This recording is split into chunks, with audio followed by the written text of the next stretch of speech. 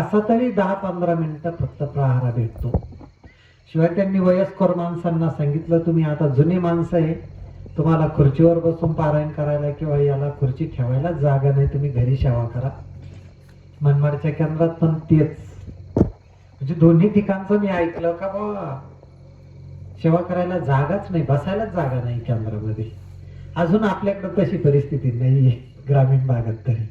कदाचित महाराजांचं जास्त प्रेम आपल्यावर असलं पाहिजे, आहे की नाही. जर त्यांना म्हणजे तिथले बरेच भाविक ते म्हणे, हा ती महिला होती, ते म्हणे मी जवळजवळ 3-4 तास वेटिंगला थांबले, तेव्हा मला 10 मिनिटं विना भेटला म्हणे.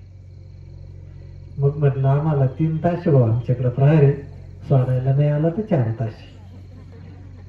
आणि हीच परिस्थिती जेव्हा 16 साली स्वामी पुण्यतिथीला सुरुवात झाली आपली, तर काहीतरी 17 तारीख साली किंवा 18 साली मी गुरुकुल पीठावर कशाला तरी गेलो. तिथे चंद्रकांत दादा उभे होते गेटमध्ये आणि मुंबईचे काही सेवेकरी दादांसंग बोलत होते. तेव्हा मग मी दादांना सांगितलं, बा म्हणलं दादा आमच्याकडं आमचं एक छोटं केंद्र आहे, प्रहारा काही होत नव्हता, पण माऊलींची आज्ञा म्हणून आम्ही अखंड घेतला म्हणलं, पण आमच्याकडे 3 तास प्रहार आणि सोडवायला नाही आलं तर 4 तास. दादा माझ्याकडं म्हणजे किमान 10-15 सेकंद असे पाहत राहिले आणि मग दादा म्हणे मी 5,500 केंद्रांचे अहवाल घेतले. मी अजून ऐकलं नव्हतं का आपल्या केंद्रामध्ये एवढा मोठा प्रहार राहतो. आणि ह्या मुंबईच्या लोकांना सांगा म्हणे यांचा 1 तासामध्ये पाय मोडते म्हणे, मी नाही घेऊन उभा राहायला. तुम्ही शेतकरी असले पाहिजे म्हणे, तुम्हीच करू शकताय. तर सांगायचं तात्पर्य का महाराजांचं नक्की आपल्यावर ज्यादा प्रेम असं बळजबरी नका होईल ना, ज्यादा शाह महाराज करून घेणार. किंवा कधी कधी वाट पाहावं लागते कोणी येतो बा सोडायला, आहे की नाही. तर असं इथं तुमच्याकडे यायचं म्हणजे माझी पात्रता नाहीये आपल्यासारख्या ज्ञानीजनांसमोर बोलण्याची, पण एक तुमचं मनाचा मोठेपणा का माझ्याकडे मार्गदर्शन रूपी सेवा तुम्ही दिली म्हणून तुम्हाला पुन्हा एकदा धन्यवाद. तर इथं काय बोलावं हाच मोठा प्रश्न आहे. कारण भाऊंसारखी एक मोठी विभूती, अशी कोणतीही गोष्ट नाहीये का ती ह्या केंद्रामध्ये सांगितलेली नाहीये. प्रत्येक गोष्ट शास्त्रोक्त आणि डीप मध्ये जर सांगितली जाते तर ती ह्याच भूमीमध्ये सांगितली जाते. आणि एक असे महात्मा ह्या केंद्रामध्ये आहे आणि त्या महात्म्याच्या सहवासात तुम्ही सर्वजण आहात. तुम्ही खूप भाग्यवान भाविक आहे. आणि आपल्यासारख्या पुढे माझ्यासारख्या पामारांनी काय बोलावं, जे बोलायचं आहे ते भाऊंनी कदाचित 2-5-10 वर्षापूर्वी सांगितलेलंही असेल, पण नवीन मी तरी काय सांगणार हाच प्रश्न आहे. पण दत्तप्रभूंच्या अनंत लीला आहे, हजारो लीला आहे का आमच्या प्रत्येक सेवेकऱ्याच्या जीवनामध्ये सुद्धा आज दत्तप्रभूंच्या कृपेने नवीन नवीन अनुभव येतो. प्रत्येकाच्या जीवनामध्ये सुद्धा एक छोटा ग्रंथ तयार होईल आपल्याच अनुभवांचा. आणि असाच गुरुचरित्र ग्रंथ घडण्याच्या अगोदर ज्या दत्तप्रभूंच्या लीला घडल्या त्या म्हणजे श्रीपाद वल्लभ चरित्रामध्ये, तर त्याच ग्रंथामधल्या काही लीला आजच्या जी मला वेळ आपल्याकडून भेटली त्या वेळेमध्ये एक सांगण्याचा अल्पसा प्रयत्न. तर शंकर भट्ट नावाची एक ब्राह्मण कुटुंबामध्ये, सात्विक कुटुंबामध्ये जन्माला आलेली व्यक्ती, कर्नाटक राज्यामधले, आणि ते उडुपी क्षेत्रामध्ये, उडुपी जे गाव आहे तिथे एक भगवान श्रीकृष्णांचं मंदिर आहे, तिथं दर्शनाला गेले आणि त्यांची सुद्धा एक आध्यात्मिक एवढी पात्रता झाली का तिथं भगवान श्रीकृष्णांचा काही त्यांना दृष्टांत झाला का पुढचा तुला जो भक्ती मार्ग आणि मोक्ष मार्ग याच्याकडे तुझी वाटचाल होण्यासाठी तू कन्याकुमारीच्या दर्शनाला जा. आणि ती एक दृष्टांत झाल्यावर शंकर भट्ट दक्षिण भारतामध्ये काही महिन्यांचा तो प्रवास पायी चालण्याचा, कन्याकुमारी देवीचं दर्शन त्यांनी घेतलं, तिथं मान सन्मान केला आणि पुन्हा यांची तेवढी पात्रता होती. जसं स्वामी विवेकानंदांचे गुरु रामकृष्ण परमहंस काली मातेचे उपासक होते आणि दगडी मूर्ती दक्षिणेश्वरी नुसतं आवाहन जरी केलं तरी आई भगवती त्या मूर्तीमधून प्रगट व्हायच्या आणि रामकृष्णांबरोबर कितीतरी वेळ बोलायच्या. ही पात्रता आमच्या रामकृष्णांची होती. इकडं नामदेव महाराजांची सुद्धा तशीच पात्रता होती. जेव्हा नामदेव महाराज पांडुरंगाला बोलवायचे तर पांडुरंग सदेह नामदेवाबरोबर यायचे, खेळायचे, बोलायचे, बसायचे. तशी जनाबाईची सुद्धा एक एवढी मोठी पात्रता होती का विठ्ठल विठ्ठल हा अखंड तिचा जप चालायचा. असं म्हणतात का जनाबाईच्या गौऱ्या सुद्धा विठ्ठल विठ्ठल बोलत होत्या. आणि तिची एवढी पात्रता होती का एकमेव भक्त अशी होती जनाबाई का ती पांडुरंगा बरोबर भांडण सुद्धा करायची. म्हणजे ते जर चरित्र वाचलं ना तर अशा काही काही शिव्या दिलेल्या आहे पांडुरंगाला जनाबाईनं. तेवढी योग्यता तिची होती का त्या परमात्म्याला सुद्धा शिव्या देण्याची. आणि असे महान भक्त या भारत भूमीमध्ये होऊन गेले. तसेच कदाचित शंकर भट्ट असेल का त्यांना जिथं जातील तिथं काही ना काहीतरी दृष्टांत आणि साक्षात्कार होत होता. आणि मग भगवान श्रीकृष्णांचा तो उडुपी क्षेत्रावर साक्षात्कार झाल्यावर कन्याकुमारीला गेले. कन्याकुमारीला आई भगवतीचा मान सन्मान केला आणि त्या ठिकाणी सुद्धा आई भगवतीने पुन्हा दृष्टांत दिला का तुला तुझ्या हातून शुद्ध भक्ती व्हावी आणि तुला मोक्ष मिळावा यासाठी तू कुरवपूरला दत्तप्रभूंच्या भूमीत म्हणजे पिठापूरला तुझा. आणि मग आई भगवतीचं पुन्हा मार्गदर्शन लाभलं म्हणून दिगंबरा दिगंबरा श्रीपाद वल्लभ दिगंबरा या नाममंत्राचा जप करत शंकर भट्ट रस्त्यानं प्रवास करत चालले. जंगलाचा प्रवास होता, डोंगरदऱ्या होत्या आणि एके ठिकाणी एका डोंगराच्या अशी गुहा होती डोंगरामध्ये. आणि चालता चालता नेमकं त्या गुहेमध्ये वाघ बसलेला होता आणि यमच साक्षात पुढे बसलेला. आता मृत्यू अटळे दिसायला लागलं. आता आमच्याकडे 2-4 महिन्यापूर्वी बिबट्या सुटला होता 2-4 गावामध्ये. रात्री फक्त पाणी लावून द्यायचं, नाही तर मग दोघांनी जायचं. एक जणांना बॅटरी इकडे तिकडे जमवायची, एक जणांना 12 द्यायचं, गाई घरी निघून यायचं. बऱ्याच कोणाच्या शेळ्या खाल्ल्या. डुकरं तर गायबच झाले, मका खाणारे डुकर राहिलंच नाही तिथं. आता एक बिबट्या आला तर 5 गावामधले डुकरं गायब झाले. माणसांना भीती झाली आणि तो तर वाघ आता वेळेच्या दारात बसलेला आहे. आता काय मृत्यू अटळे, शिवाय जंगलाचा रस्ता आहे, काय करायचं. त्यावेळेला शंकर भट्टांनी धावा केला का श्रीपाद वल्लभ स्वामी आता तुम्हीच वाचवा, तुमच्याशिवाय कोणी नाही. आणि त्याप्रमाणे मग यांचे आरोळी ऐकल्यावर त्या गुहेच्या आतून एक तपस्वी बाहेर आले आणि त्या तपस्व्याने शंकर भट्टांना बोलवलं. काही घाबरू नको म्हणे, हा आमचा पाळल्याला वाघ आहे म्हणे, तसा काही घाबरू नको, ये मध्ये. आणि मग त्या गुहेमध्ये त्या तपस्व्याने शंकर भट्टांना नेलं. तपस्वी एवढे उच्च पदावर पोहोचलेले होते का रिद्धी सिद्धी त्यांच्या पायी लोळून घेत होत्या.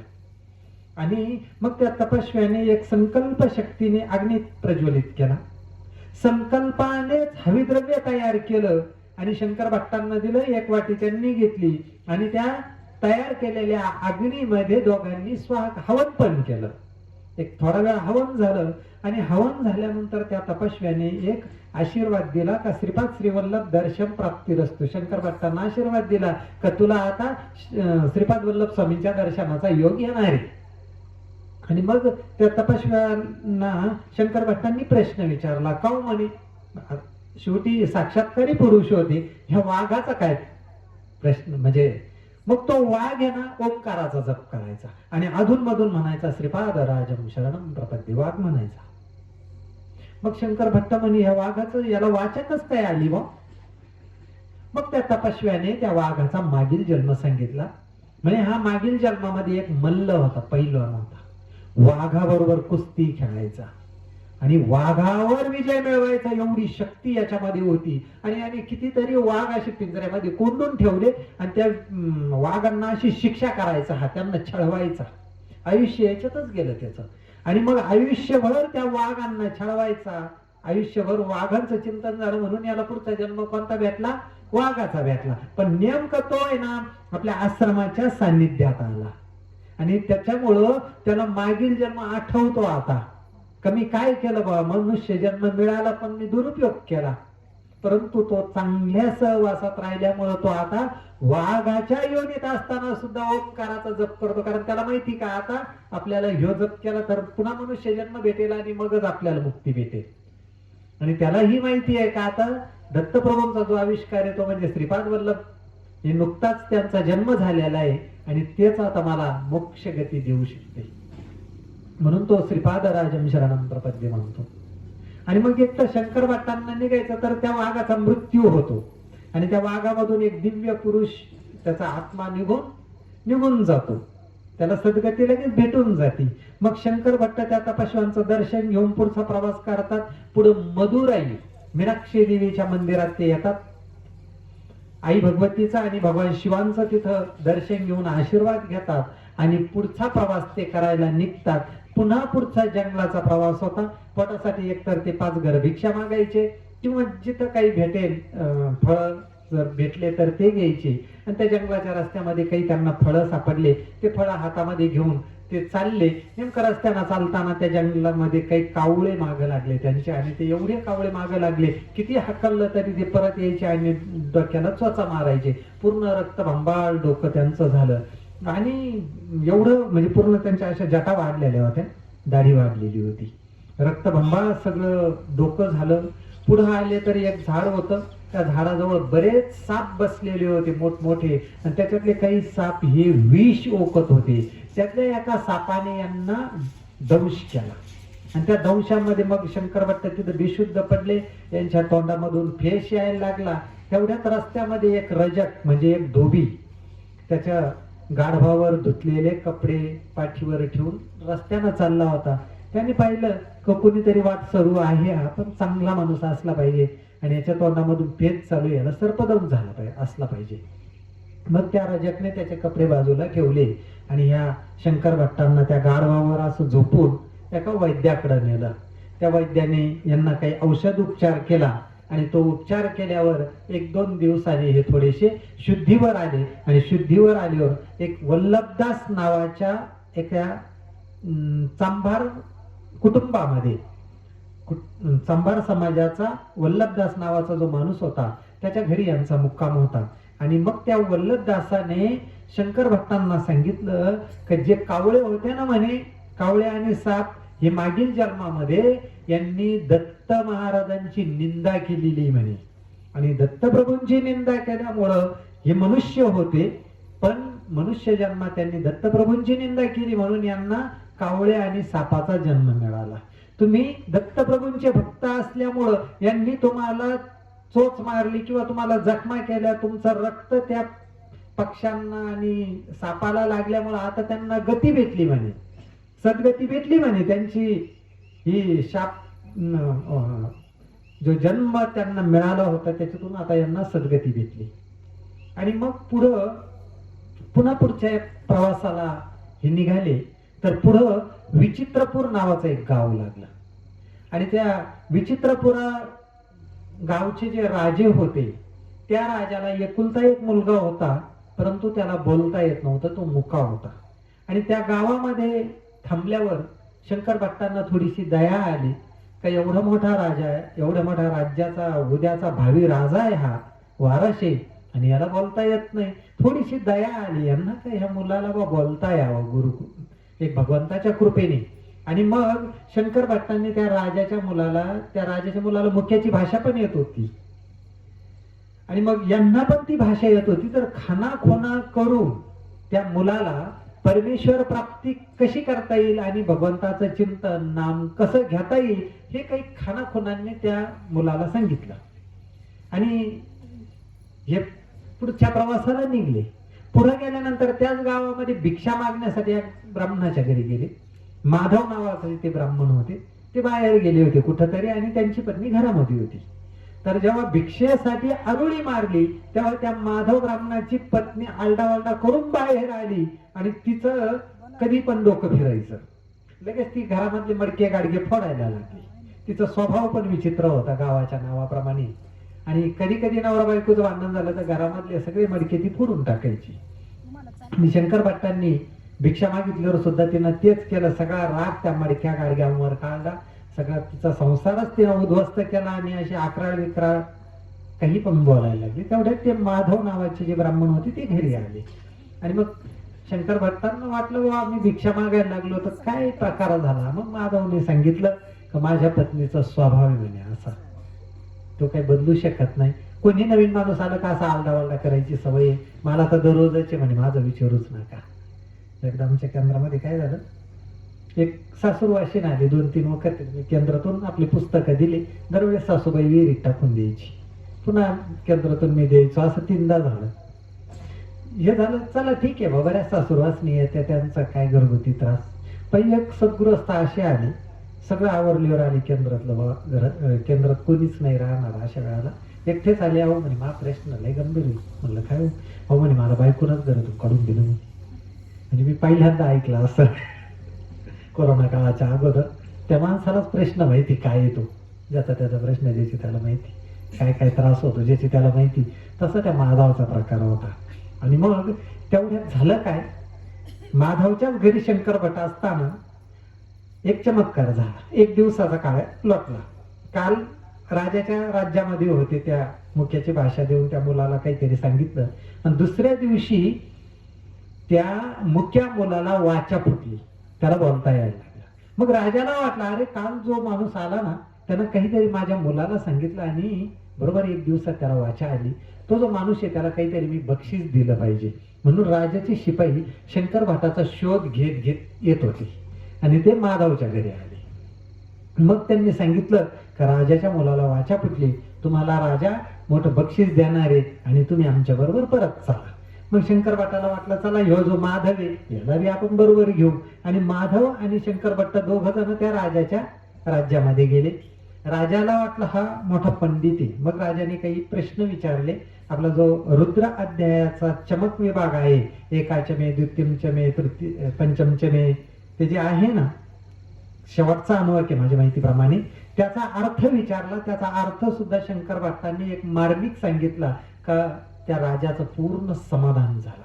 आणि मग राजा प्रसन्न होऊन राजाने काही सोनं बक्षीस म्हणून यांना दिलं.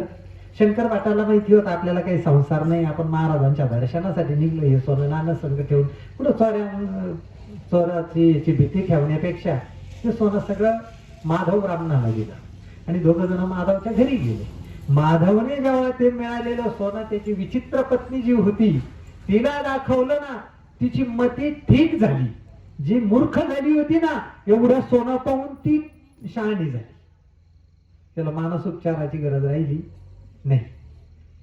आणि मग म्हणजे 2 चमत्कार झाले. एक तर राजाच्या मुलाला बोलता यायला लागलं दत्तभक्त भेटल्यामुळं, आणि यांचं दारिद्र्य पण दूर झालं, आणि मूर्ख पत्नी सुद्धा चांगली झाली. मग माधवला असं वाटलं की यांच्या बरोबर आपण सुद्धा थोडस जाऊ बा पुढं कुठंतरी काही. मग तिथून पुढच्या प्रवासाला निघले. मग माधव ब्राह्मण म्हणे मी तुम्हाला 1-2 गावांपर्यंत सोडून देतो. तर पुढं गेल्यानंतर पळणी स्वामींचा आश्रम लागला. आणि त्या पळणी स्वामी असे होते का ते एकदा ध्यानाला जर बसले तर 10 दिवस ते समाधीमध्ये असायचे. आणि माधव आणि शंकर भट्ट त्या आश्रमात गेले. त्या वेळेला पळणी स्वामी म्हणजे जागे होते. त्यांनी सांगितलं का आता मला ध्यान करायचंय, 10 दिवस काही मी बाहेर येणार नाही, पण ह्या 10 दिवसात जर कोणाला सर्पदंश झाला आणि त्यामध्ये जर कुणी वारलं तर त्यांचा अंतविधी मी समाधीतून बाहेर येईपर्यंत करू नका. आणि कर्मधर्म संयोगाने मग 10 दिवस शंकर भट्ट आणि माधव त्या आश्रमात थांबले. माधव नेमकं स्वयंपाक करायसाठी सरपण आणायला गेला तर त्याला सर्पदंश झाला आणि माधवचा तिथं मृत्यू झाला. मग शंकर भट्टांचा विश्वास होता पळणी स्वामीवर. माधवचं प्रेत झाकून ठेवलं. त्या गावामध्ये पुन्हा दुसऱ्या दिवशी अजून एक तरुणाचा सर्पदंशाने मृत्यू झाला. त्याला तिरडीवर नेलं. मग तिथं शंकर भट्ट गेले आणि सांगितलं का याचा अंतविधी करू नका, कदाचित पळणी स्वामी जर समाधीतून बाहेर आले तर याला जिवंत करू शकतात. तर त्या तरुणाचं प्रेत सुद्धा तसंच झाकून ठेवलं. 10 दिवस झाल्यानंतर मग ते समाधीमधून पळणी स्वामी बाहेर आले. आणि बाहेर आल्यावर मग बघितलं तरी हे दोघं जण सर्पदंशाने मृत्यू झाला. मग पळणी स्वामींनी काही कवड्या अशा खाली टाकल्या. तेवढ्यात एक फणा काढून एक साप तिथं फुसकार करत तिथं जवळ आला आणि माधवला ज्या ठिकाणी दंश केला तिथं पुन्हा तो विष ओढायला लागला. आणि मग ह्या ज्या कवड्या टाकल्या होत्या पळणी स्वामींनी ह्या त्याच्या फण्यामध्ये रुतून बसल्या. आणि मग त्या सर्पाने एक प्रदक्षिणा पळणी स्वामींना मारली आणि त्या सर्पाचा मृत्यू झाला. मग शंकर भट्ट ज्या ठिकाणी अशा महात्मे होते त्या ठिकाणी काही ना काही चमत्कार होत होता आणि हे सुद्धा प्रश्न विचारत होते. मग पळणी स्वामींना विचारलं शंकर भट्टांनी हा काय प्रकार आहे. मग त्यांनी सांगितलं हा जो सर्प होता ना, हा मागील जन्मामध्ये एक स्त्री होती म्हणे, आणि ही खूप भांडकुदळ स्त्री होती म्हणे. खूप विनाकारण लोकांबरोबर ही आयुष्यभर फक्त भांडण करीत राहिली, लोकांच्या घरामध्ये फक्त कलह निर्माण करत राहिली, आणि त्याच्यामुळं हिला सर्पाचा जन्म मिळाला. जेव्हा हिचा आत्मा म्हणजे ती स्त्री वारल्यावर यमलोकात गेला, तेव्हा यमराजाने विचारलं की तुला अगोदर सुखाचं सुख भोगायचं का दुःख भोगायचं? जे पाप केलं त्या पापाचं फळ भोगायचं का पुण्याचं फळ भोगायचं? हिचं काही पुण्य पण होतं. तिने सांगितलं अगोदर मला पापाचं फळ भोगायचं, आणि त्या पापकर्माचं फळ म्हणून हिला सर्पाचा जन्म मिळाला, आणि आता तिचा मृत्यू झाला म्हणजे तिची त्या पापकर्मामधून मुक्तता झाली. आता तिला गती भेटली. आणि हा जो माधव आहे याला दंश का झाला, तर याने सुद्धा गत जन्मामध्ये याच्या हातून काही पाप झाले होते, आणि त्या पापाचं कर्मफळ म्हणून याला सर्पदंश झाला. पण याचं पुण्यफळ सुद्धा पाठीमागचं होतं, म्हणून याचं कुटुंबाचं दारिद्र्य गेलं राजाकडून सोनं मिळून, आणि याचा पुन्हा अंतविधी होण्याच्या अगोदर आता हा जिवंत झाला. याचं पापाचं फळ होतं आणि पुण्यफळ फळ नव्हतं, आणि दोन्ही पण आपल्यालाच भोगावे लागतात. मग पुन्हा पळणीस्वामींचा आशीर्वाद घेऊन माधव ब्राह्मण पाठीमागे निघून गेला त्याच्या घरी, आणि शंकर भट्ट तिरुपती बालाजीला गेले. त्या ठिकाणी आत्ताच्या काळासारखी गर्दी नव्हती. प्रत्येक भाविक खूप वेळ गाभाऱ्यामध्ये थांबू शकत होता. आणि मग शंकर भट्ट त्या गाभाऱ्यामध्ये गेले, तिरुपतींचं दर्शन घेतलं. खूप मनमोहक ती मूर्ती, एक तेजस्वी मूर्ती, आणि थोडा वेळ एकाग्रतेने त्या मूर्तीकडे बघता बघता एक मूर्तीतून एक काळा पुरुष बाहेर पडला, आणि तो काळा पुरुष तिरुपती बरोबर बोलायला लागला. हा जो आहे ना म्हणे, हा तुमचा भक्त दत्त महाराजांच्या दर्शनाला निघाला, याला उद्यापासून 7:30 चालू होणार आहे, आणि उद्यापासून याच्या जीवनामध्ये बदनामी, आपत्ती, संघर्ष, संकट चालू होणार आहे. आणि तो काळ पुरुष तिथंच गुप्त झाला. मग शंकर भट्ट तिरुपतीचं दर्शन घेऊन बाहेर आला. 24 तासाचा, 1 दिवसाचा कालखंड गेला, आणि मग पुढं जाताना नेमकं झालं काय, रस्त्याने चालताना एक नेमका असा वयोवृद्ध माणूस आला, आणि तो असा नेहरून पाहायला लागला शंकर भट्टांना, आणि ओरडला, अरे तूच तूच तो सुबाईया, तूच घर सोडून गेला, आई बापाला सोडून गेला, न सांगता घर सोडून गेला, 20 वर्ष झाले, कुठं बेपत्ता होता, बरं झालं सापडला. आणि त्या सुबाईया म्हणून कोणाला पकडलं? शंकर भट्टाला. आणि मग गावातले ते आरडाओरडा झाला, बरेच लोक गोळा झाले. तर त्या गावामध्ये एक न्हावी समाजाचा सुबाईया नावाचा एक मुलगा 20 वर्षापूर्वी, म्हणजे तो एक 5-6 वर्षाचा असेल, त्या काळामध्ये लवकर लग्न व्हायचं, त्याचं एक वयाच्या 5व्या-6व्या वर्षी लग्न झालं. त्यावेळेला त्याची पत्नी 2 वर्षाची होती. आता तिचं वय किती झालं? 22 वर्ष. तिची 2 वर्ष जे असताना ज्या मुलीचं लग्न झालं तिचं वय झालं 22 वर्ष, आणि विवाह झाल्यावर हा घर सोडून कुठंतरी गेला सुबाईया. आणि मग हा शंकर भट्ट तसाचे तोचे असं त्या वृद्धाला वाटलं, आणि सुबाईया म्हणून ब्राह्मणाला धरून आणलं. मग आता हा ब्राह्मणच होता, हा न्हावी नव्हताच ना. मग ते वयोवृद्ध आई वडील बघायला लागले का, बरं झालं तुम्ही आमच्या मुलाला आणलं. जी 22 वर्षाची जी मुलगी याची पत्नी, ती पण म्हणजे वाट बघत होती का आज ना उद्या माझा पती येईल आणि संसार होईल, या आशेवरती 20 वर्ष वाट बघत राहिली. आणि मग त्या गावातल्या लोकांनी, त्यांच्या पाहुण्या रावळ्यांनी विचार केला, हा सुबाईयाचे म्हणे. पूर्ण त्यांची खात्री झाली, पण याला काहीतरी भूत लागलेलं असेल. हा म्हणायचा मी ब्राह्मण आहे, मी कर्नाटक राज्यातून आलो, मी कुरवपूरला चाललो, पण कोणी ऐकून घ्यायलाच तयार नाही. मग ह्या नातेवाईकांनी विचार केला का याला काहीतरी ब्राह्मणाचं पिशाच्य लागलं असेल, म्हणून हा आता संस्कृत श्लोक बोलायला लागला. मग आता हे पिशाच्य काढायला मांत्रिक बोलावं लागेल. मग त्या सुबाईयाच्या कुटुंबाने काय केलं, एक मांत्रिक बोलावला. तो मांत्रिक होता खाणारा प्यानारा. मग त्या मांत्रिकाने सुबाईया, शंकर भट नाही म्हणायचा, पण आता याच्यातलं भूत काढायचं ना सुबाईया म्हणून. मग तो मांत्रिक कोंबड्याचे उतारे कर, कापून टाक, बकराचा उतारा कर, बकरू काप, असं चालू झालं. पण त्याच्यातलं काही भूत निघाला, कारण त्याच्यात भूत नव्हतंच, सुबाया नव्हताच ना. मग त्या मांत्रिकाने सांगितलं, आणि तो कापलेले बकर कोंबड्या हे तो मांत्रिक खाऊन घ्यायचा संध्याकाळी. मग त्या मांत्रिकानं सांगितलं, याला मांसाहार काही चालणार नाही, कारण याला ब्राह्मणाचं पिशाच लागलेलं आहे, तेवढं तरी बरं झालं, नाही तर ते बळ खावं लागलं असतं. आणि तरी यांचा जप चालू, दिगंबरा दिगंबरा श्रीपाद वल्लभ दिगंबरा. मग मांत्रिकाला वाटलं 2 दिवस झाले, अजून काही याच्यातलं भूत निघे ना. मग मांत्रिकाचा पुढचा प्रयोग चालू झाला. कोणता? म्हणे आता याच्या जटा दाड्या सगळ्या काढून टाका पाहिल्या. आणि सगळ्या जटा दाड्या काढून टाकल्या. आणि त्या मांत्रिकाने चाकू घेतला आणि असे डोक्यावरून वार ओढायला सुरुवात केली. निघतं का भूत? निघतं का? नाही नाही नाही. आणि मग नाही निघत, त्याच्यावर लिंबाची फोड घेतली आणि पिळायला लागला. पूर्ण वेदना दिल्या, खूप वेदना दिल्या, चापकाचे फटके मारले, पण याच्यातलं काही पिशाच निघाला. 5-7 दिवस झाले, असंख्य वेदना शंकर भट्टाला चालू. शंभूराजांसारखं, छत्रपती शंभूराजांना धर्म बदलण्यासाठी ज्या 40 दिवस वेदना दिल्या, तसाच प्रकार हा शंकर भट्टाच्या जीवनात घडला. का तू मी सुबाई आहे म्हणून कबूल हो, आणि ही पत्नी तुझी 20 वर्षापासून वाट बघते, हिच्या बरोबर संसार कर, एवढंच मांत्रिकाचं म्हणणं होतं. बाकी काहीच नाही. तू संसार कर, कारण तू सुबाई आहे. आता ही परस्त्री कसं संसार करणार? हे तर दत्त महाराजांच्या दर्शनाला निघाले. आणि यांचा धावा चालू का, दत्तप्रभू तुम्हीच वाचवा. कारण त्यांना माहिती होतं, साप चावला, कावळे चावले, तेव्हा दत्त महाराजांनीच आपल्याला वाचवलं. ह्यावी संकटातून आज ना उद्या आपल्याला दत्त महाराजच वाचवणार. आणि प्रभूचा धावा यांचा चालू होता.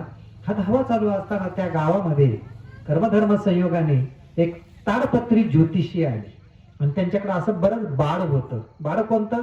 तर भोजपत्रावर काही भविष्य लिहिलेले असे काही कागद त्यांच्याकडे गठ्ठा होता. बरेच कागद होते. आणि योगायोग त्या सुबाईच्या घरी ही ज्योतिषी आली. आणि त्या ज्योतिषांनी मग त्या लोकांनी सांगितलं का बा याला भूत लागलेलं आहे, 4-7 दिवस झाले, पण याच्यातलं काही भूत नाही घ्या ना, हा 20 वर्षापासून बेपत्ता होता. मग त्या ज्योतिषांनी एक अशा कावड्या घेतल्या, त्या टाकल्या, काहीतरी गणित केलं, आणि त्या गणिताचं जे उत्तर आलं थोडक्यात, त्या नंबरचं पान काढलं त्या गठ्ठ्यामधून. जे पान काढलं त्याच्यामध्ये काय लिहिलेलं होतं? त्याच्यामध्ये भविष्य लिहिलेलं होतं. कोणाचं? शंकर भट्टाचं आणि सुबाईयाचं भविष्य ऐकण्यासारखं आहे. त्याच्यामध्ये लिहिलेलं होतं का जो सुबाईया म्हणून तुम्ही पकडलेला आहे, हा सुबाईया नसून शंकर भट्ट नावाचा कर्नाटक राज्यातला ब्राह्मण आहे. आणि सुबाईया जो गेले 20 वर्षापासून बेपत्ता होता, तो आज हे ताडपत्री ज्योतिष वाचल्यापासून 1 दिवसाने म्हणजे 24 तासाने त्याच्या घरी परत येणार आहे. हे लिहिलं. तिथं मग यांचा जीव आला. बरं झालं, कमीत कमी या ज्योतिषांना सांगितलं म्हणजे घरच्यांचा विश्वास बसल आणि आपण आता इथून मुक्त होऊ.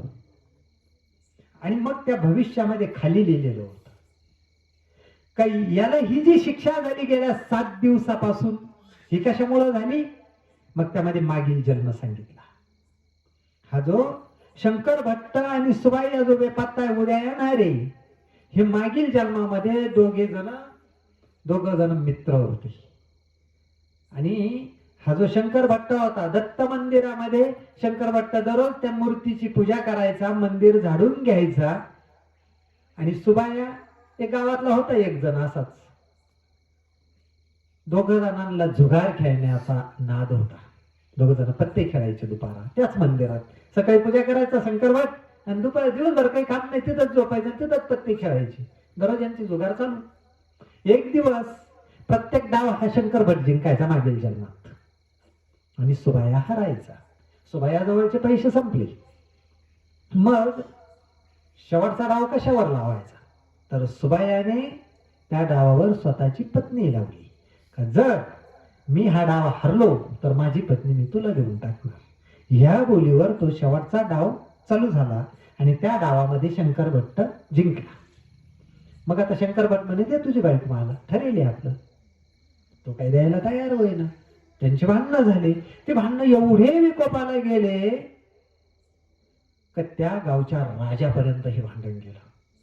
राजांना वाटलं, अरे माझ्या राज्यामध्ये अशा वाईट गोष्टी चालू आहे, यांना कडक शिक्षा केली पाहिजे, नाही तर प्रजा उद्या काही करीत. डावावर पत्नी लावली. राजाने कडक शिक्षा दिली. कोणती? का जो स्वतःची पत्नी डावावर लावतो त्याचं लिंगच्छेदन करून त्याला नपुसक करून गावामधून हाकलून दिलं जाईल. शिक्षेची अंमलबजावणी लगेच झाली. आणि जो दुसऱ्याच्या पत्नीवर वाईट नजर ठेवून तिची अपेक्षा बाळगतो त्याच्या डोक्यावर उकळते तेल टाकून त्याचा मृत्यू करण्यात यावा. आणि त्या पण शिक्षेची अंमलबजावणी लगेच झाली. दोघांना 2 शिक्षा लगेच देऊन टाकल्या. आणि त्या दोघांचा पुढचा जन्म हा होता, जो मागील जन्मामध्ये स्वतःची पत्नी डावावर लावतो तो पत्नी सोडून 20 वर्ष निघून गेला. जो दुसऱ्याच्या स्त्रीवर अपेक्षा ठेवत होता, मागच्या जन्मातली त्याची इच्छा होती म्हणून ह्या जन्मात सुबाया म्हणून त्याला आणलं, मांत्रिकाकडून त्याचा छळ केला की तू आता हिचा स्वीकार कर. मागच्या जन्मात त्याची इच्छा होती ना, ती तिचा स्वीकार करा, मग करा आता. गहनो कर्मना गती गीतेमध्ये सांगितलेलं आहे. कर्माची गती कळाली. भगवंत दयाळू. चांगली इच्छा असो अगर वाईट असो, आपल्या कर्मानुसार त्याचं फळ भेटणार आहे. वाईटचं वाईट, चांगल्याचं चांगलं. आज जे पेरलं तेच उद्या उगवणार आहे. आणि मग हा पुनर्जन्म त्याला शंकर भाटाला सुद्धा समजला. आणि मग दुसऱ्या दिवशी तो सुबाया आला. सुबाया घरी आल्यावर शंकर भाटाची सुटका झाली तिथून. आणि मग शंकर भट्ट पुन्हा पुढच्या प्रवासाला निघले. गेले 8 दिवस खूप वाईट गेले. आणि पुढं मग पुन्हा एक कथा येते का जी गुरुचरित्रामध्ये येते. तर का जे अंबिका नावाची जी महिला होती तिला मतिमंद मुलगा होता. आणि मग ते ब्राह्मण लोक सगळे का तुम्ही पंडित लोक, पण तुमच्या पोटी हा अपंग मुलगा, मुका मुलगा जन्माला आला. आणि हे लोकांचे दूषण ऐकून ऐकून ती दुःखी झाली आणि आत्महत्या करण्यासाठी ती निघाली.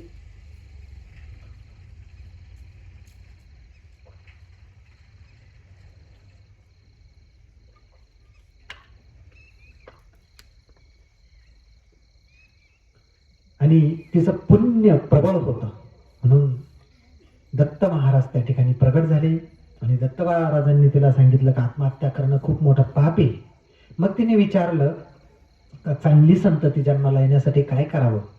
मग दत्तप्रभूंनी तिला सांगितलं का शनिवारच्या दिवशी जो प्रदोष येईल त्या शनी प्रदोषाच्या दिवशी भगवान शिवांची आराधना तू कर, तुला कुलभूषण असा मुलगा जन्माला येईल. मग ती म्हणते का मला तुमच्यासारखा मुलगा पाहिजे, मी सेवा करते पण तुमच्यासारखा मुलगा पाहिजे. मग दत्तप्रभू पुन्हा तिच्यावर दयाळू होतात आणि सांगतात का तू ही सेवा कर, मीच तुझ्या पोटी जन्म घेईल. आणि तिचे जे मालक होते का, त्या अंबिकाचे मालक काहीतरी वर्मा आडनावे त्यांचं, त्यांना दत्तप्रभूंनी सांगितलं का कर्माची गती गहने ह्या मुलाने गत जन्मामध्ये काही पाप कर्म केलं होतं म्हणून हा मतिमंद आहे, मुका आहे, याच्या दुःखाचं तुम्ही चिंतन करू नका. ते चिंतन सोडून तुम्ही माझं चिंतन करा, कारण तुम्ही योगी आहात. पण या मायावी जगामध्ये माझं माझं म्हणून या मुलाच्या भ्रमामध्ये तुम्ही पडलात. तर तुम्ही राहिलेल्या आयुष्यात माझं चिंतन करा आणि ध्यानाचा अभ्यास करा. तुमचा ह्या ध्यानाचा अभ्यास झाल्यावर पुढचा जन्म तुम्हाला महाराष्ट्र देशात गोदावरीच्या परिसरात दिशिला नगरीमध्ये श्री साई बाबा म्हणून मिळेल. जे आत्महत्या करायला निघाली होती त्यांना दत्तप्रभूंनी सांगितलं. आणि मग त्यांचा त्या जन्मामध्ये मृत्यू झाला. त्यांनी दत्तप्रभूंच्या आज्ञेप्रमाणे ध्यानाचा अभ्यास केला. पुढे त्यांना जन्म काहीतरी मोगलाई भागामध्ये पूर्व महाराष्ट्रामध्ये मिळाला. ते वरातीमध्ये आले, सैसत चरित्रामध्ये उल्लेख येतो. मग जे लिंबाचं झाड आहे आज शिर्डीला, त्या ठिकाणी एक भुयार होतं. त्या भुयारामध्ये एक बालक, खूप बालक वयामध्ये आलेले साईबाबा वरातीमधून ते ध्यानाला बसले. का तर मागील जन्मामध्ये दत्तप्रभूंनी ध्यानाचा अभ्यास करायला सांगितला, कारण मागील जन्माचे जे संस्कार आहे ते उपजत आपल्यामध्ये येत असतात आणि मागील जन्माचा ध्यानाचा अभ्यास असल्यामुळं ह्या जन्मामध्ये तो मुलगा त्या भुयारामध्ये बसला आणि ध्यान करायला लागला. 12 वर्ष ध्यान झालं आणि श्रीपाद वल्लभ स्वामींचा पुन्हा या काळामधला आविष्कार म्हणजे श्री स्वामी समर्थ इकडून चांदोड मार्गे श्री स्वामी समर्थ महाराज येत होते. इकडे येवल्याच्या सावरगावला श्री स्वामी समर्थ महाराजांनी एक दिवस मुक्काम केला. आजही त्या ठिकाणी खूप सुंदर असा स्वामींचा मठ आहे. आणि तिथून पुढे येताना कोपरगावला आले. कोपरगावला संध्याकाळची वेळ झाली. गोदावरी ओलांडून यायचं होतं, कारण जो जुना पूल होता आता पाडला, तो इंग्रजांनी बांधलेला आहे. पण जेव्हा स्वामी महाराज आले तेव्हा तो पूल नव्हता. तिथून होडीची व्यवस्था होती पलीकडे येण्यासाठी. तर जो होडीवाला होता, अंधार पडायला लागला होता दिवस माळवल्यानंतर, तर स्वामी महाराजांनी त्या होडीवाल्याला सांगितलं की मला पलीकडे नेऊन घाल. त्याने सांगितलं आता माझी सुट्टी झाली, आता मला काही कोणी गिराईक नाही बाकीचं, मी घरी चाललो. आणि त्यांनी काही महाराजांना होडीमध्ये घेतलं नाही. महाराजांनी लगेच पाण्यावरून चालत पलीकडे आले. होडीवाल्यानं बघितलं, अरे हे कुणीतरी महात्मा असला पाहिजे, पाण्यावरून चालत पलीकडे गेले आणि त्याने होडी अशी जोरामध्ये चालवली. पलीकडे आला तोपर्यंत स्वामी महाराज बरेच पुढे आले होते. तो धावत पळत महाराजांचा पाठलाग त्या होडीवाल्याने केला. महाराजांचे पाय धरले, महाराजांची माफी मागितली का महाराज मी तुम्हाला माझ्या होडीमध्ये घेतलं नाही. मग महाराजांनी सांगितलं की इथून पुढं जर कोणी असं आलं उशिरा तर त्याला तू पलीकडे नेऊन सोड, कारण त्याचा जर मुक्काम झाला कोपरगावला तर त्याचे बायको पोरं वाट पाहत राहतील, म्हणून पुन्हा भविष्यात अशी चूक करू नको. आणि मग तो नावाडी मागा आला. स्वामी महाराज शिर्डीला गेले. जो 12 वर्षापासून जो योगी ध्यानाला बसलेला होता त्याला समाधीमधून बाहेर काढलं. आणि बाहेर काढल्यानंतर ज्ञानेश्वरीमध्ये एक ओवी येते. हृदय महाभारत युद्ध झाल्यानंतर ज्ञानेश्वर माऊलींनी काहीतरी 18व्या अध्यायामध्ये ती दिलेली आहे. हृदय हृदय एक झाले, ए हृदयची ते हृदय घातले, द्वैत न मोडिता केले अपना जैसे अर्जुना. का त्या वेळाला भगवंतांना काय केलं का अर्जुनाला आलिंगन दिलं. अर्जुनाचं आणि भगवंताचं आलिंगन झालं. आणि ते आलिंगन झाल्यावर भगवंतामधला जो सच्चिदानंद स्वरूप जो आत्मा होता त्याने अर्जुनामध्ये प्रवेश केला. आणि अर्जुनाला सुद्धा तो सुद्धा ह्या भगवंतासारखाच झाला, फक्त द्वैत न मोडिता केले. म्हणजे फक्त दोघांमध्ये शरीराचं फक्त भिन्नत्व राहिलं का हा अर्जुन आणि हा कृष्ण, परंतु अंतरात्म्याने ते दोघं एक झाले. असं स्वरूप स्वामी महाराजांनी साईबाबांना प्रदान केलं का तू आणि मी एकच झालो. फक्त देहाने 2 शरीर दिसतील पण अंतरात्मा एकच झाला. अनंत शीर्षे अनंत चक्षु अनंत पदधारी, चराचरा ते व्यापुनी उरला दशांगुले श्रीहरी. द्वारकेमध्ये असताना 16,000 स्त्रियांबरोबर संसार करणारा तो परमात्मा काय एका वेळी तो 16,000 रूप त्याने धारण केले होते. एक दिवस नारद मुनी आले होते द्वारकेमध्ये पाहायला. मला तर एकच पत्नी नाही व मी इकडे तिकडे हिंडतो, जो कृष्ण लय पत्नी याला याच्यातली एक मागून घेऊ आपल्याला. म्हणून अर्जुन नारायण नारायण करत नारद मुनी द्वारकेमध्ये आले आणि बघितलं. प्रत्येक महालामध्ये जाऊन पाहिलं. 16,000 महल होते भगवंताच्या पत्न्यांची. प्रत्येक महालात गेले का कृष्ण काहीतरी कुठं देवपूजा करते, कुठं बायको बरोबर बोलते, कुठं काय करते. 16,000 महालामधला असा एकही महाल त्यांना सापडला नाही की जिथं कृष्ण नाही. आणि असं साईबाबांमध्ये स्वामींनी स्वतःचं स्वरूप टाकलं. आणि मग बाबांना सांगितलं की मी तुला तुझ्याकडे जगभरामधून लोक पाठवील, त्यांना तू दुःखमुक्त कर आणि मी तुला भविष्यात दत्ताचा अवतार म्हणून तुला ओळखलं जाईल. हा आशीर्वाद बाबांना दिला आणि महाराज पुढे गेले. आजही जगभरातून बाबांकडे लोक येतात, बाबा आशीर्वाद देतात, लोकांचं काम होतं. आणि आजही बाबांना दत्त स्वरूप दत्ताचा अवतार म्हणूनच ओळखलं जातं. हे मागील जन्मामध्ये अंबिका त्यांचे पती त्यांना महाराजांनी सांगितलं. आता आले 2 जन्म लक्षात. पुढे चालू. आता किती वेळ बोलायचं टाइम सांगा.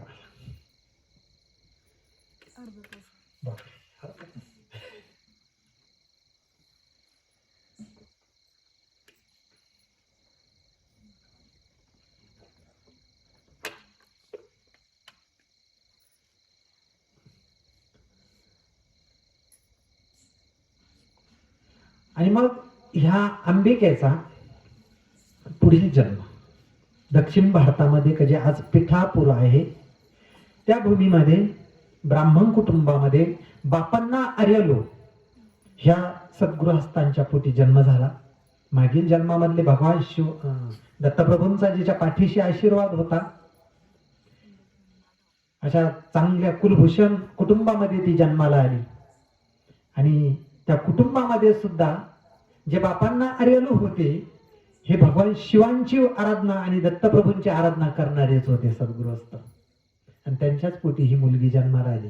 उपजतात बालवयामध्ये तिच्या हातून पुन्हा दत्तांची आणि भगवान शिवांची आराधना सुरू झाली. आणि बापांना आर्यलो सुद्धा एक व्रत होतं की ते शनी प्रदोषच्या वेळेला तिथल्या ज्या शिव मंदिर आहे ना त्या ठिकाणी शिवाचा अभिषेक आणि पूजा करायचे. त्यांचं कायमचं व्रत होतं. आणि एक उपवर वयामध्ये अंबिका आली. बापांना आर्यलो त्या अंबिकेला घेऊन जेव्हा त्या गाभाऱ्यामध्ये भगवान शिवांच्या गेले तर त्या ठिकाणी पिंडीमधून आवाज आला. स्वतः भगवान शिव बोलायला लागले. आणि भगवान शिवांनी बापांना आर्यलोला सांगितलं की तुमच्या गावामध्ये तिथं वर्मा नावाचा जो मुलगा आहे, आडनाव वर्मा आहे, त्यांचं नाव मी विसरलो, त्या मुलाबरोबर हिचा विवाह अमक्या अमक्या दिवशी लावून द्या. भगवान शिवांची आज्ञा म्हणून बापांना आर्यलोनी त्या मुलाकडे काही संपत्ती सुद्धा नव्हती, जमीन जुमला पण नव्हता, पण भगवंताची आज्ञा म्हणून त्या मुलाबरोबर अंबिकेचा विवाह लावून दिला. आणि त्याच वेळेला भगवान शिवांनी सांगितलं का याच्या बरोबर विवाह झाल्यावर हिला जो पहिला मुलगा होईल ना तो दत्त महाराजांचा पूर्ण रूप राहील आणि स्वतः दत्तप्रभू हिच्या पोटी जन्म घेणार आहे म्हणे. भगवान शिवांनी अगोदरच सांगितलं होतं. आणि मग बापांना आर्यलोंनी अंबिकेचा विवाह लावून दिला. अंबिकेला मग जो 1 वर्षाने मुलगा झाला त्या मुलाचं नाव श्रीपाद श्रीवल्लभ.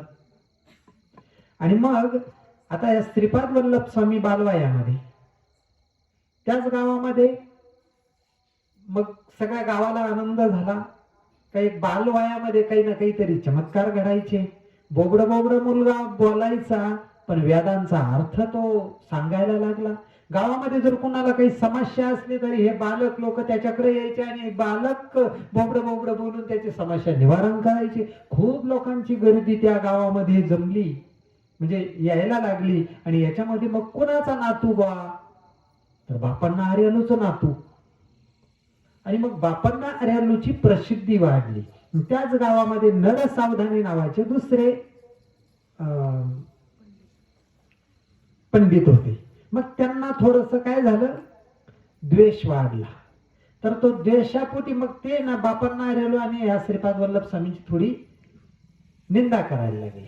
तर तिथं तिरुमल दास नावाचा एक सेवक होता. तो काय करायचा, धुणे भांड्याचं काम करायचा. त्यानं 2 ठिकाणी काम घेतलं होतं. बापांना आर्यलोच्या तिथं पण धुणे भांडे करायचा आणि नर सावधानीच्या तिथं पण धुणे भांडे करायचा, दोन्हीकडं पण. त्याचं शेवटी पोटासाठी त्यांना 2 ठिकाणचं काम घेतलं होतं. मग ही ज्या लीला घडल्या ह्या तिरुमल दासाने शंकर भट्टाला सांगितलेले आहे. का तर तिरुमल दास हा त्या घराचा सेवक होता. आणि मग तिथं काय काय घडलं, चमत्कार झाले बाबा श्रीपाद वल्लभ स्वामींच्या काय काय लीला झाल्या हे तिरुमल दासांनी शंकर भट्टांना सांगितलं. मग ते तिरुमल दास असं म्हणतात का मी ह्या दोन्ही घरचे ज्या वेळेला धुणं धुवायचो तर एक दिवस मग ह्या नर सावधानीचा बापांना आर्यलो बरोबर द्वेष वाढला. आणि मग मी काय करायचो, माझं सुद्धा प्रेम वाढलं. जरी हे लहान बालक असलं पण हे दत्ताचा अवतार हे मला समजलं आणि मी सुद्धा जप करायला लागलो. दिगंबरा दिगंबरा श्रीपाद वल्लभ दिगंबरा तिरुमलदास म्हणतो. आणि मग मी माझं दररोजचं जे काम होतं मी नर सावधानीचे कपडे धुत होतो म्हणे. आणि ते कपडे धुताना मी जप कोणाचा करायचो, श्रीपाद वल्लभ स्वामींचा. आणि नर सावधानीनं त्या दिवशी खूप निंदा केली होती म्हणे, खूप शिव्या दिल्या नको त्या श्रीपाद वल्लभ स्वामींना आणि बापांना आर्यलोला. मग मी त्यांच्या कपड्याची इस्त्री केली. दुसऱ्या दिवशी तो धुतलेला शर्ट कपडे नर सावधानीनं घातले आणि त्यांच्या अंगामध्ये विंचू चावल्यासारखे वेदना सुरू झाल्या. मग तो नर सावधानी म्हणतो तू काहीतरी केलं या कपड्यामध्ये का, मला असं चावल्यासारखं का व्हायला लागलं. मग त्याने माझी निंदा सुरू केली आणि माझं ते काम गेलं. एका पारचा मी मोकळा झालो म्हणजे त्याच्या कामातून. मग तो मग थोडेसे मोठे झाले. श्रीपाद वल्लभ स्वामी बोबडे बोलायला लागले, असे 5-7 वर्षाचे. आजोबाच्या खांद्यावर बसून मग असे गावामध्ये फिरायला जायचे. आणि एक दिवस मग ते म्हणे, श्रीपाद वल्लभ स्वामी बापांना आरडलो, म्हणजे आजोबाला म्हणे, बाबा बाबा आपल्याला नर सावधानीच्या तिथं मला घेऊन चला, त्यांच्या तिथं राजगिऱ्याची भाजी आहे, तेवढी आपल्याला मला लय आवडती म्हणे तेवढी. मग नर सावधानीची तिथं आली. नर सावधानी त्याच्या रुबाबामध्ये बसलेला. त्याने एक अशी मोठी शेंडी वाढवलेली होती. आणि मग हे लहान बालक म्हणतं का मला राजगिऱ्याची भाजी द्या. मग म्हणे तुला भाजी भेटणार नाही असं तसं, आणि निंदा पुन्हा झाली. आणि ज्या नर सावधानी अशी एक काय म्हणतो आपण, ती असं शेंडीवरून हात फिरवत होता आणि ती शेंडीच तुटून हातात आली. आता पापाचं फळ सुरू झालं. भगवंताची निंदा, पापाचं फळ सुरू झालं. आणि मग पुन्हा भाजी मागायला आली, पण कधीही त्याने भाजी दिली नाही. नंतर मग त्या नरसावधानीच्या आईचं एक श्राद्ध कर्म होतं. त्यावेळेला स्वयंपाक घरामध्ये केला. त्यांची जी एक गाय होती, त्या गायीनं ती गाय बिथरली आणि सगळा स्वयंपाक सांडून दिला. तिथं बऱ्याच लोकांना लाथा मारल्या, शिंगाणा मारलं, आणि असं पूर्ण घरामध्ये पूर्ण असं वातावरण कलुषित करून टाकले त्या गायीनं. मग काही भाविक आले ह्या बालकाकडे, श्रीपाद वल्लभ स्वामींकडं, गावामध्ये काय काय कुठं घडलं. मग या बालकाला सांगायचं, लगेच उलगडा व्हायचा, हे कशाचं कारण आहे. मग लोक म्हणे काय प्रकारे होती, गाय बिथरली, नरसावधानीचा सगळा स्वयंपाक गेला, लोकांना जेवायला अन्न राहिलं नाही श्राद्धाचं. मग ते बालक बोलायला लागलं का त्या गायीचा पुनर्जन्म. नरसावधानी लहान असताना त्याची आई वारली, म्हणजे ताना असताना आई वारली. त्या आईची मृत्यूच्या वेळीची इच्छा होती का माझं तान्ह बालक होतं आणि त्याला मला दूध पाजायचं होतं. ही दूध पाजण्याची इच्छा अपूर्ण होती त्या आईची. मग हा नरसावधानी, तिचं बालक मोठं झालं. त्याच घरी एक गाईचा जन्म त्या नरसावधानीच्या आईला मिळाला का त्या गाईचं दूध याला मिळेल, तिची इच्छा होती. म्हणजे कोणतीही चांगली इच्छा असो, वाईट इच्छा असो, जैशी मती वैशी गती. मृत्यूच्या वेळची जशी आपली बुद्धी असेल तसा आपला पुढचा जन्म घडणार आहे. देव कुणालाही दुःख देत नाही, तो फक्त साक्षीदार आहे. सुख आणि दुःखाचे कारण आपणच स्वतः आहोत. आणि मग सगळ्यांना आश्चर्य वाटलं की ही गाय होती. आणि मग थोड्या दिवसाने त्या नरसावधानीला दारिद्र्य यायला सुरुवात झाली. कारण एक दिवस नरसावधानी वारली, त्यांचं प्रेत चितेवर ठेवलं. श्रीपाद वल्लभ स्वामींना समजलं की नरसावधानी वारला. तिथं श्रीपाद वल्लभ स्वामी बालकृपामध्ये गेले. त्या तिरडीचा आणि मुलगा आता अग्निडाग देणार नरसावधानीला. तेवढ्यात श्रीपाद वल्लभ स्वामी ओरडले का आजपर्यंत मी अंतविधी पाहिले म्हणे मेलेल्या माणसाचे, पण आज मी जिवंत माणसाचा अंतविधी पाहतो. तिथं जिवंत माणसाला अग्निडाग दिला जाऊ राहिला. आणि मग नरसावधानीचा असं कापड काढलं डोक्यावरच, तर तो खरोखर जिवंत होता. आणि तिरडीवरून उठून बसला. श्रीपाद वल्लभ स्वामींचं त्यांनी दर्शन घेतलं. तो वारला होता ऑलरेडी, पण कदाचित महाराजांनी त्याला जिवंत केलं असेल. मग तो घरी आला. त्याच्यानंतर त्याची थोडीशी भक्ती वाढली श्रीपाद वल्लभ स्वामींवर, पण वेळ निघून गेली होती. तर एक दिवस मग तो पुण्य पुरुष, म्हणजे त्याचा नरसावधानीमधून एक दिव्य तेज बाहेर पडलं. आणि त्याच्यानंतर त्यांना एक काळा रंग आला. म्हणजे त्यांचं मधलं जे पुण्य होतं ते नष्ट झालं श्रीपाद वल्लभ स्वामींची आणि बापन्ना आर्यालूची निंदा केल्यामुळं. म्हणून चांगल्या माणसाची निंदा करू नये, खूप वाईट फळ यायचं. हेच चरित्रामध्ये येतं. आज आमच्या भाऊंना कोणी सोडीना, वाईट वाटतं गोष्टी ऐकून आम्हाला. पण असा एक महात्मा आहे, आणि त्या महात्म्याची जर लोक निंदा करत असेल तर पुढच्या जन्मामध्ये पशुयोनीची जन्म आजच निश्चित करून राहिले, असा त्याचा अर्थ होतो सरळ सरळ. नाही आपल्याला चांगलं करता आलं तर कोणाचं वाईट तरी करू नये. जो महात्मा घरच्या भाकरी खाऊन आज दर रविवारी हजारो लोकांना दुःखमुक्त करतो, त्यांनाही नाही, शेवटी ही नियती. ज्ञानेश्वर माऊलींनाही बी लोकांनी सोडलं नाही, स्वामी महाराजांनाही सोडलं नाही, तर भाऊंना का सोडावा लोकांनी, हाही प्रश्न आहे. शेवटी नियतीची इच्छा. परंतु चांगल्या माणसाला जर आपण काही हे केलं तर ह्या नरसावधानी सारखं त्याच्यातलं पुण्य पुरुष लवकर निघून जाणार, हे त्रिकालवादी सत्य आहे. आणि मग त्या नरसावधानीची खूप हाल झाली. तिथून पुढं उपासमारीची वेळ आली. आणि मग श्रीपाद वल्लभ स्वामींनी त्यांना सांगितलं का तुम्ही आता मला पूर्ण शरण आलेले म्हणे, परंतु वेळ निघून गेलेली तर पुढचा जन्म तुम्हाला पुन्हा ब्राह्मण कुटुंबात मिळेल आणि त्यावेळेला पुन्हा तुमची आणि माझी भेट होईल. त्याचे गुरुचरित्राचा आता अध्याय माझ्या लक्षात नाही, पण ज्या अध्यायामध्ये वांज म्हशीला दूध आलं दत्त महाराज तिथे गेल्यावर, कारण ज्यांचा उदरनिर्वाह त्या वेलाच्या शंगावर होत होता त्यांचा मागील जन्म, त्याच ब्राह्मणाचा पती पत्नीचा मागील जन्म म्हणजे नरसावधानी.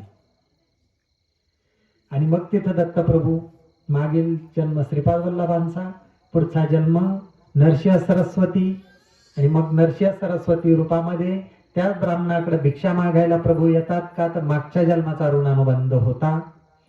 आणि जाता जाता वेल उपाटला, ब्राह्मणाला दुःख झालं का आता माझा वेल गेला, जे 2 पैसे येत होते ते बंद झाले, पण त्याच्या खाली सोनं सापडलं, त्याचं दारिद्र्य दूर झालं. आणि ती जी म्हैस होती का, ती मागील जन्मातली जी नरसावधानीची गाय होती का, त्याच गायीचा पुढचा जन्म म्हणजे ती वांज म्हैस होती. तिला पुन्हा दूध चालू झालं का तर तिची मागील म्हणजे 2 जन्मापूर्वीची इच्छा होती का माझ्या मुलाला दूध द्यायचं आहे. म्हणून कोणतीही इच्छा जर आपली राहिली, एका इच्छेमुळे 1 जन्म निश्चित होणार, म्हणजे त्या गायीचं 2 झाले. म्हणून आपल्याला मृत्यूच्या अगोदर म्हणजे आपलं जुनं जे गुरुचरित्र होतं त्याच्यामध्ये खूप नियम होते बघा. ते नियम कशासाठी होते तर आपल्याला हळूहळू वैराग्य आलं पाहिजे, एक एक गोष्ट सोडण्याची आपल्याला सवय झाली पाहिजे, त्याच्यासाठी खरे ते नियम होते. परंतु आज त्याचा काही गैरअर्थ झाले, समजा का मग एवढा असेल करत तर नाही, आमच्याच्यानं होणार नाही काळानुसार. मग माऊलींनी सांगितलं बघा का पण करा, वाचा. खरा मतीत अर्थ तो होता का आपल्याला वैराग्य प्राप्त व्हावं, एक एक म्हणजे बाबा जिभेचे चोचले न पुरवणे, थडक्यात एक धान्य फरळ, याच्या आहारी न जाणं, का एक एक सोडायचं आहे आपल्याला, एक दिवस त्याच्याकडे जायचं आहे. आणि जरी ह्या इच्छा पूर्ण व्हायला बघा, काही लोक म्हणजे तसं जगायसाठी खायचं राहतं, काही लोक खायसाठी जगतात, आहे की नाही. वेगवेगळं आहे जे आहे. काय ज्ञानेंद्रियांना जे लागतं, कुंभकर्ण झोपेसाठी जगत होता, फक्त झोप भेटावा. काही लोक फक्त दुसऱ्याला त्रास देण्यासाठी जगतात, काही लोक फक्त लोक कल्याण करण्यासाठी जगतात, आहे की नाही. तर म्हणून आपल्याला एक एक गोष्ट सोडायची असते. असंच आमचं म्हणजे श्रीपाद वल्लभ चरित्र गुरुचरित्र सांगतं. तर तीच अंबिका, तिच्या पोटी श्रीपाद वल्लभ स्वामींचा अवतार झाला. तर अशा स्वरूपामध्ये किती वेळ बोलायचा, अनुभव सांग.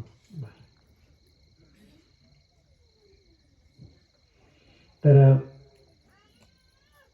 म्हणून आपण सर्वजण खूप आणि खूप भाग्यवान आहे. आपल्या सर्वांच्या भाग्याने, म्हणजे माझा पण होईल एकदा अनुभव सांगतो. मी मागं पण सांगितलं, पण मी तुमच्या पुढे बसलेलो आहे. आज माझं कमराचं मणक्याचं ऑपरेशन झाल्यामुळे मी खुर्चीवर बसलेलो आहे. एक अर्धा तास उभं राहिलो तर पाय दुखतात आहे. मी गाडीवर खूप हळूहळू आलो येता. मी भाऊंना नाही म्हणू शकत नाही माझ्या जीवनामध्ये किंवा भाऊंनी फोन केला बा केंद्रात यावं लागेल, मी मला नाही म्हणायचं धाडस होत नाही. मागच्या 2 सप्त्यांना भाऊंनी स्वतःची गाडी पाठवली होती मला यायला. मी नाही म्हणजे मला खूप फेल झालं, कारण नका भाऊ तुम्ही तुमची गाडी पाठवून मी येणं नाही योग्य, पण तुम्ही मला जिवंत ठेवलेलं आहे. कोरोना काळामध्ये मी शेवटच्या घटका मोजत होतो 2 वर्षापूर्वी, गुढीपाडव्याच्या आधी 2 दिवस, 21 साली गुढीपाडव्याच्या आधी 2 दिवस, आणि रविवारचाच दिवस होता माझ्या माहितीप्रमाणे. मला पूर्ण एवढा तो स्कोर वाढला होता का श्वास घेणं पण बंद झालं होतं. आणि माझ्या आयुष्यातलं मी शेवटचा फोन भाऊंना करणार होतो, परंतु भाऊ सारखी एक व्यक्ती का बाबा काय आमचं कोणतं रक्ताचं नातं नाही किंवा काही नाही, पण काय महाराजांनी नातं निर्माण केलं. आमचं पूर्ण कुटुंब दवाखान्यात ॲडमिट होतं. माझा लहान मुलगा आणि भावाची लहानी मुलगी, त्यावेळेला ती 5वी-6वीला होती. तेच 2 जण घरी होते. आमच्या घरी कोणी येत नव्हतं. हेच 2 जण होते. एक गाय दूध द्यायची 2-3 लिटर, ती मारायची, कोणाला जवळ येऊ देत नव्हती. हेच गाय पिळायची. मग आमच्या चुलत्याची तिथून यांना जेवण द्यायची. पण जवळ कोणी थांबत नव्हतं का तर यांचं पूर्ण घर संक्रमित झालेलं आहे, नको बघ कुणाला धोका. खिडकीतून बाहेर पपईचं झाड होतं, ते हलताना पाहिलं तरी ते पोर घाबरायचे. तर त्या पोरांना दररोज 2 टाइम स्वतः भाऊ फोन करत होते, कारण एक फोन घरी ठेवलेला होता.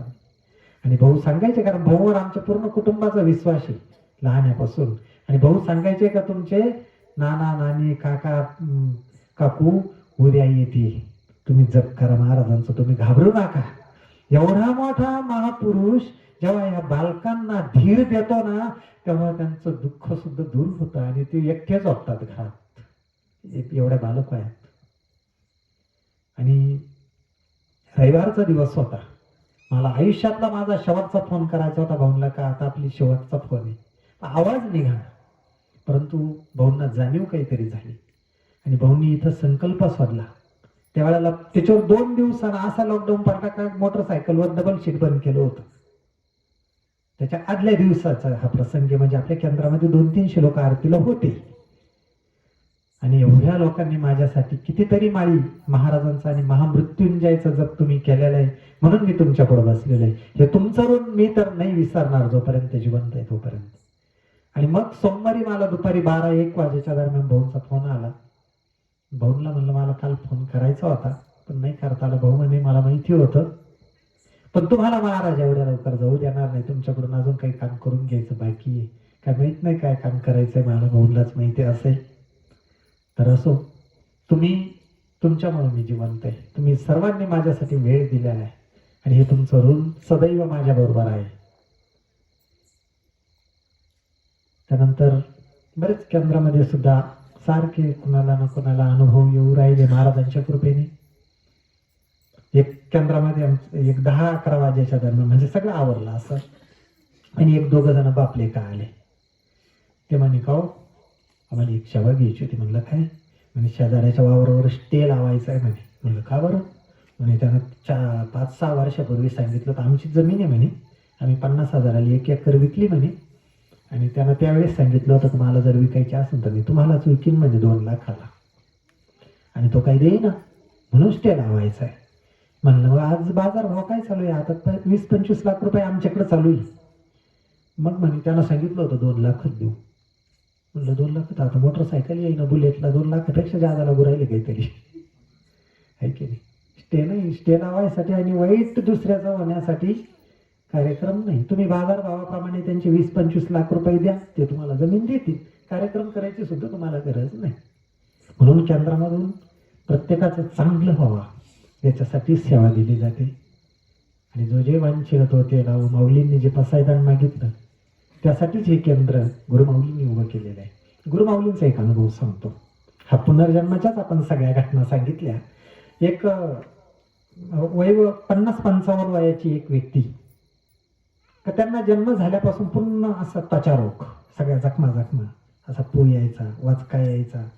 खूप दवाखाने केले त्या माणसाला, परंतु एवढ्या वयात फरक पडला नाही. शेवटी त्या माणसाला विचार केला आपण बरं होत नाही, आपण आत्महत्या केलेली बरी. कोणीतरी सांगितलं का बा तुम्ही दिंडोरीला जा. मग तो माणूस दिंडोरीला आला, आणि दिंडोरीला त्यावेळेला गर्दी कमी होती एक 10-15 वर्षापूर्वी. आणि मग जेव्हा प्रश्न माऊलींकडे दिला, तेव्हा मी एवढं डॉक्टर हे सगळं केलं तरी का फरक पडला.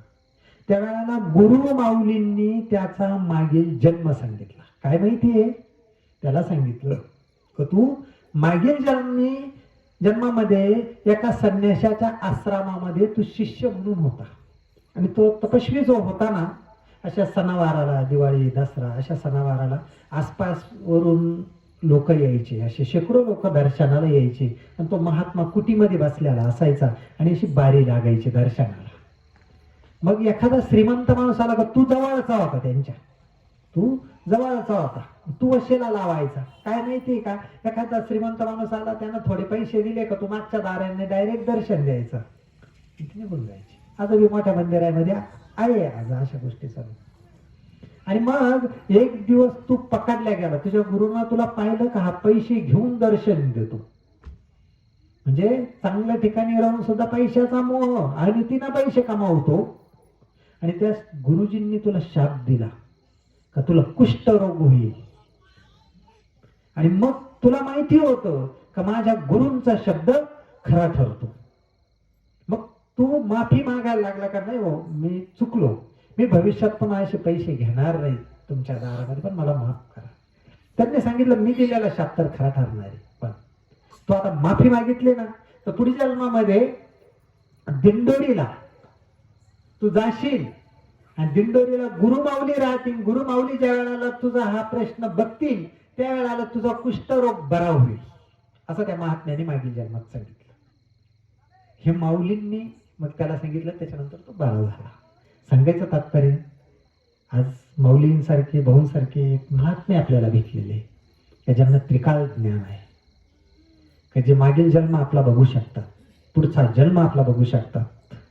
असे महात्मे, असे महापुरुष आपल्या परमभाग्याने आपल्याला लाभलेले. एकदा मोरे दादांचं महानिर्वाण झालं होतं आणि दादांचं निर्वाण झाल्यानंतर गुरुमाऊलींचा कार्यक्रम द्वारकेला होता कुठंतरी, म्हणजे द्वारकेच्या पुढं कुठंतरी कार्यक्रम होता. तेव्हा आपला कार्याचा व्याप खूप कमी होता आणि द्वारकेला काहीतरी मंदिर बंद झाल्यानंतर मग माऊलींचे आपले सेवेकरी गेले.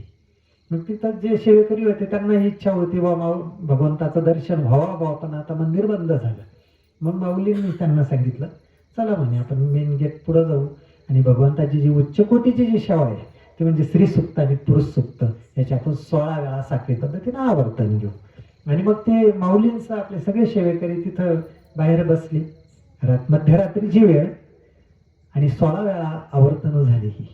ही आवर्तन झाल्यावर एक चमत्कार झाला का त्या माऊलींबरोबर जे लोक होते का त्यांच्यामधले सोपान काका देशमुख म्हणून दहेगाव बलिकेच्या, आता ते एक 7-8 वर्षापूर्वी वारलेले, परंतु दादांबरोबर पण ते होते आणि माऊलींबरोबर पण त्यांनी बऱ्याच ठिकाणी माऊलींच्या गाडीमध्ये ते फिरायचे.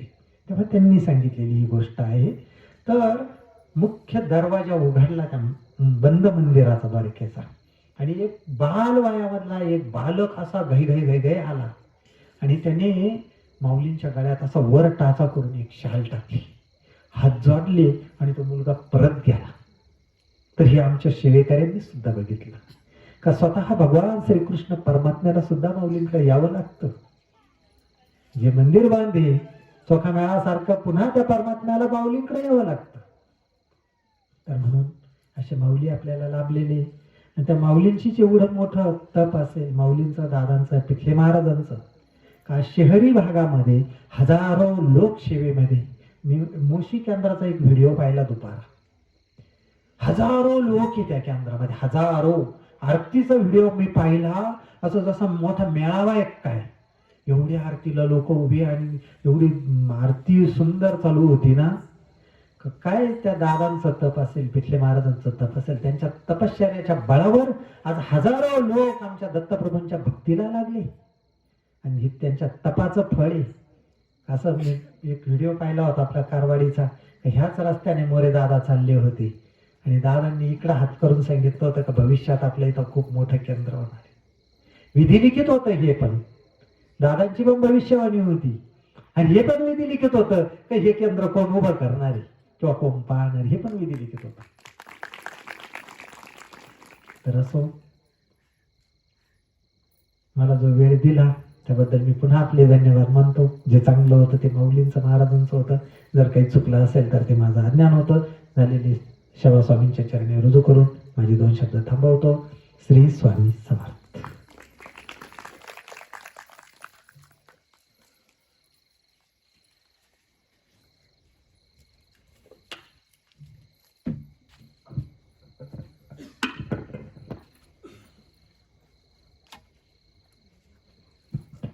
श्री स्वामी समर्थ.